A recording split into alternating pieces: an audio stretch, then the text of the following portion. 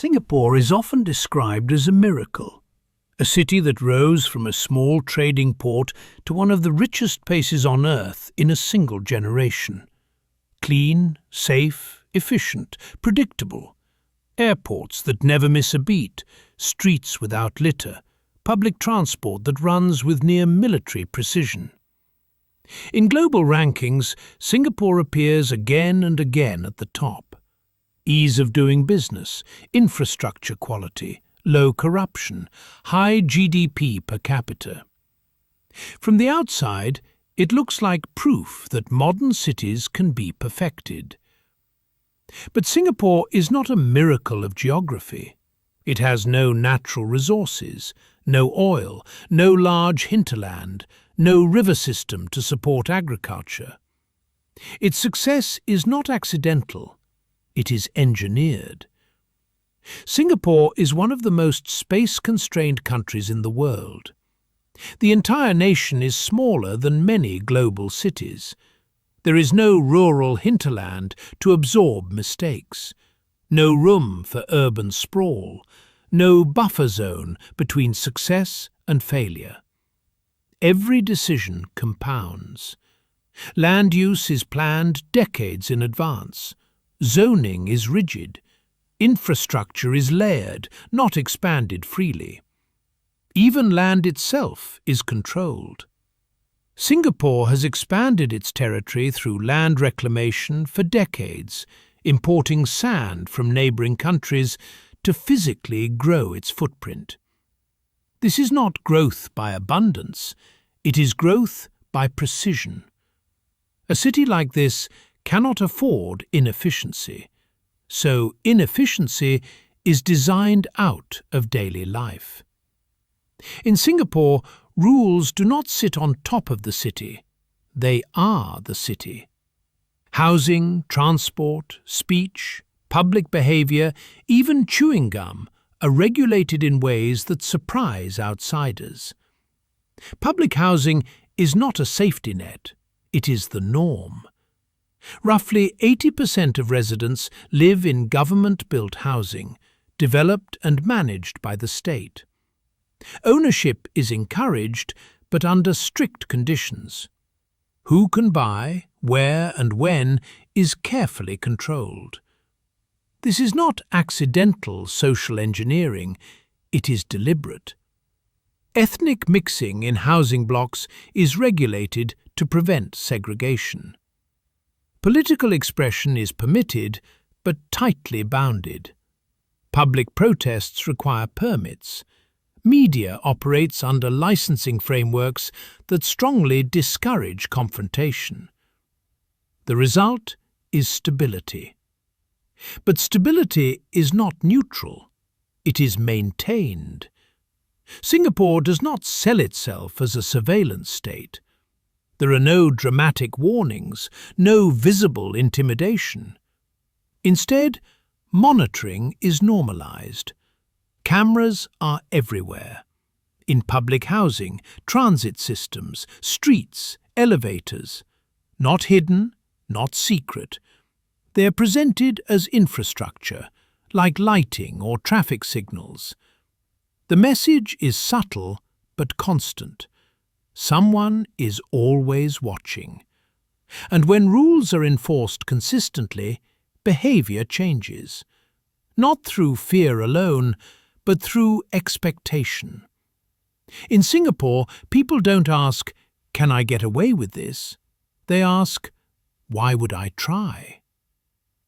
Singapore is one of the most business-friendly environments on the planet. Taxes are low. Regulation is predictable. Contracts are enforced efficiently. Capital flows freely. At the same time, political power is highly centralized. One party has dominated governance for decades.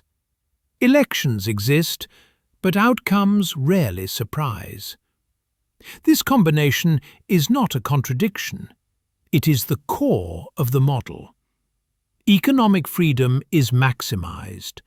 Social and political freedom is managed. The system prioritizes outcomes over expression.